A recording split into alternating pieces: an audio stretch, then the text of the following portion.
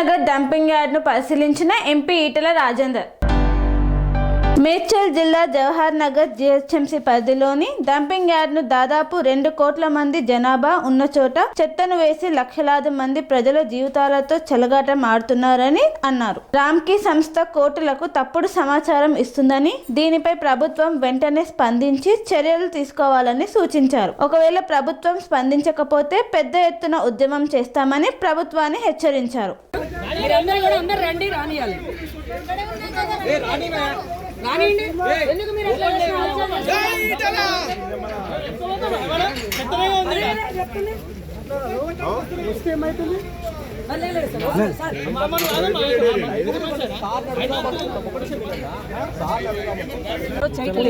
అది ఏదైతే 10,000 మెట్రిక్ టన్నులు రానివ్వండి, పండుగలప్పుడు 12,000 మెట్రిక్ టన్నులు రానివ్వండి, అది వాళ్ళకు ఒక గ్రామ్ కూడా మిగలకుండా ప్రాసెస్ చూపించాలి. కానీ అదంతా ఇల్లీగల్ గా వాళ్ళు ఒట్టిగా ఫ్రాడ్ చూపిస్తున్నారు. కోర్టు గుట్టిగా నమ్మిస్తున్నారు, మిస్గైడ్ చేస్తున్నారు. ఆ మిస్గైడ్ చేయడం అనేది తప్పు కదా.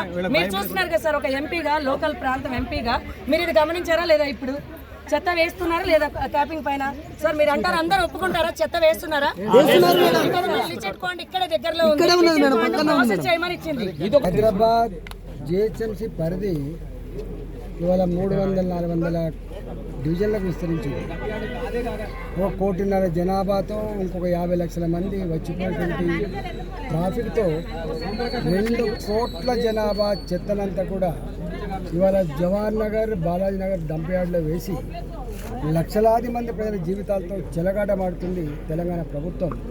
దానికి వత్తాసు పడుతుంది రామ్కీ సంస్థ. 2017 నుంచి ప్రజలే వాళ్ళంతటా వాళ్ళు జేఏసీలు ఏర్పాటు చేసుకుని మా పిల్లల ఆరోగ్యం ఖరారైపోతుంది, మా జీవితాలు నాశనం అయిపోతున్నాయి, మేము సంపాదించిన సంపాదన అంతా కూడా మందులకే పోతూ ఉన్నాయి, క్యాన్సర్లు వస్తూ ఉన్నాయి, అబార్షన్లు జరుగుతూ ఉన్నాయి అని చెప్పి వాళ్ళు ఎన్జిటికి పోతే ఇవాళ ఆనాడు భారతీయ జనతా పార్టీ దీనికి అండగా ఉంది. ఆనాడు మా మోహన్ రెడ్డి గారు, విక్రమ్ రెడ్డి గారు, మా పార్టీ నాయకులంతా కూడా ప్రజల పక్షాన ఉండి ఎన్జిటికి పోయింది. ఆర్డర్ వచ్చింది, 2017లో ఆర్డర్ వచ్చింది. అబద్ధపు సమాచారం ఇచ్చి మోసపు మాటలు చెప్పి ఇవాళ దాన్ని కప్పిపుచ్చే ప్రయత్నం చేసిండ్రు, దాన్ని కొనసాగించే ప్రయత్నం చేసిండ్రు. 2021లో మళ్ళీ వచ్చింది, 2022లో మళ్ళీ వచ్చింది, 2025లో ఇప్పటికీ వచ్చింది. ఇవాల్టికి కూడా తప్పుడు సమాచారం ఇచ్చి కోర్టును తప్పుదో పట్టించి దీన్ని నడిపే ప్రయత్నం చేస్తుంది తప్ప దీన్ని విస్తరించే ప్రయత్నం చేయట్లేదు. నేను స్వయంగా ఇక్కడ ఎంపీగా ఈ ప్రభుత్వానికి రాసిలేను. గింత చెత్తని ఒకే దగ్గర హ్యాండ్లింగ్ చేయడం అనేటువంటిది ఏ దేశం చేయదు. ఇది మంచి సాంప్రదాయం కాదు. గత టెక్నాలజీ కూడా దీనికి లేదు. దీనికి స్ప్రెడ్ చేయమని చెప్పినాం. లేదా ఇవాళ ప్రజల ప్రాణాలతో చెలగాటమాడేది బంద్ చేసి ఎన్ని వేల కోట్ల రూపాయలు ఖర్చు అయినా కూడా దీన్ని ఒక జీరో పొల్యూషన్తో, నీళ్లు పొల్యూషన్ లేకుండా, వాయు పొల్యూషన్ లేకుండా, ప్రజలకు అనారోగ్యం కలగకుండా ఉండే పద్ధతిని అడాప్ట్ చేసుకోమని చెప్పినాం. కానీ ఎక్కడ కూడా ఇవాళ 100 కోట్ల రూపాయలు ఖర్చు పెడుతున్నప్పుడు లెక్కలు వచ్చినాయి తప్ప ఇవాళ భూగర్భ జలాలన్నీ కూడా నాశనం అయిపోయినాయి. ఉన్న గొలుసుకాటు చెరువులలో పక్షులు నీళ్ళు తాగని పరిస్థితి వచ్చింది, చేపలు బతకని పరిస్థితి వచ్చింది. ఇవాళ మనుషులకైతే స్నానం చేయడానికి ఆ నీళ్లు వాడితే బొబ్బలు వచ్చే పరిస్థితి ఉన్నది.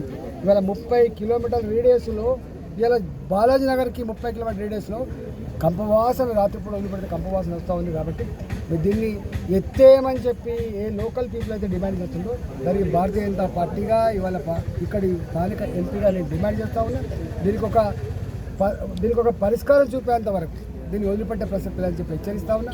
మన స్వయంగా నేనే పార్లమెంట్లో మాట్లాడి ఇక్కడి ప్రభుత్వం మోసం చేస్తూ ఉంది, ఇక్కడ ప్రభుత్వం తప్పుడు సమాచారం ఇస్తూ ఉంది, ఇక్కడ ప్రభుత్వం దబాయించి నడుపుతూ ఉంది అని చెప్పి నేను అక్కడ ప్రస్తావించడం జరిగింది.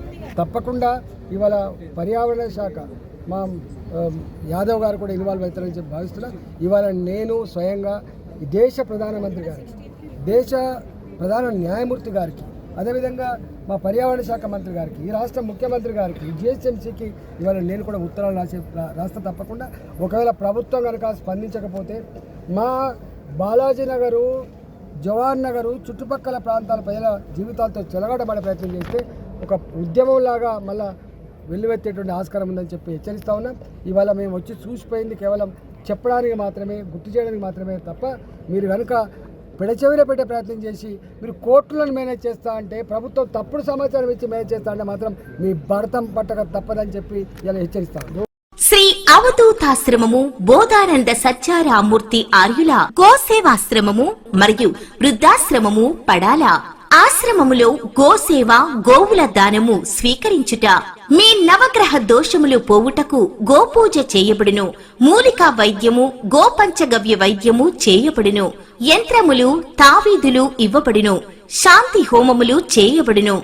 మీ ఆత్మీయుల పుట్టినరోజు, పెళ్లి రోజు మరియు వర్ధంతి వంటి ముఖ్యమైన దినములలో గోసేవ లేదా అన్నదానం చేయదలిచిన వారు సంప్రదించండి.